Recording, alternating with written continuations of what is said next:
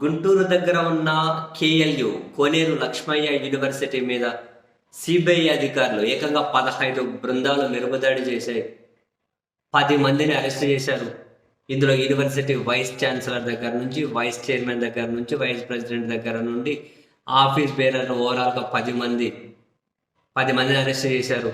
కారణం వాళ్ళ యూనివర్సిటీకి నాక్ ఏమంటారు గుర్తు అంటే A++ అక్రిడిటేషన్ కోసం, A++ అని చెప్పి భారీగా లంచాలు చూపారు అని చెప్పి కేసు పెట్టినటువంటి సిబిఐ ఈరోజు మెరుపుదాడి చేసింది.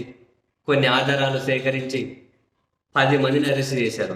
Vice chancellor, vice chairman, vice ప్రెసిడెంట్తో సహా యూనివర్సిటీ చైర్మన్ మీద కూడా కేసు పెట్టారు. అయితే ఇందులో నాక్ పరిశీలన బృందానికి వచ్చినటువంటి చైర్మన్ ఎవరైతే ఉంటారో ఆ చైర్మన్ను కూడా అరెస్ట్ చేశారు.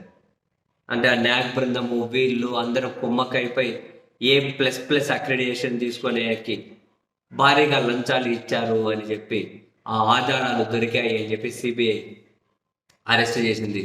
ఇందులో ఈ నాక్ బృందంలో చాలామంది ఢిల్లీ యూనివర్సిటీ ప్రొఫెసర్లు ఉన్నారు, బెంగళూరుకు సంబంధించి చాలామంది ఉన్నారు. మరి వీళ్ళకి ఏమొచ్చిందో తెలియదు కానీ మొత్తం మీద ఏమంటారు, ఇటు నాక్ పరిశీలన బృందం చైర్మన్ కూడా అరెస్ట్ చేసింది సిబిఐ. ఇటు యూనివర్సిటీకి సంబంధించి ఏకంగా 10 మంది ఆఫీస్ బేరర్లను అరెస్ట్ చేసేసారు. యూనివర్సిటీ ప్రెసిడెంట్ మీద కూడా ఎఫ్ఐఆర్ ఫైల్ చేశారు. సో బేసిక్గా ఈ విద్యకి సంబంధించి ర్యాంకింగ్స్ దగ్గర నుంచి, అక్రిడిటేషన్ దగ్గర నుంచి రకరకాల గిమ్మిక్కులు కొన్ని ఇట్లా బయటపడతాయి, కొన్ని బయటపడవు. మొత్తం మీద ప్రతి ఒక్కరికి కూడా మంచి విద్య అన్నది కావాలనుకుంటారు కాబట్టి వాళ్ళ దగ్గర నుంచి వీలైనంత వరకు ఎక్కువ డబ్బులు దుబ్బేయాలనే కాన్సెప్ట్ తోటే మరి ఇటువంటి వాటన్నిటికీ తెరలేపుతూ ఉంటారో ఏమో మరి. అంటే వాళ్ళ కాలేజ్ మంచిది, వాళ్ళ యూనివర్సిటీ మంచిది అని చెప్పి చెప్పుకోవడం కోసం అని చెప్పి రకరకాల గుర్తింపులు ఈ విధంగా డబ్బులు లంచాలుగా ఇచ్చి అదే కొందరు బయటపడతారు, కొందరు బయటపడరు. ఏకంగా దేశంలో చాలా చోట్ల సిబిఐ ఇదే కేసుకు సంబంధించి సోదాలు చేసింది.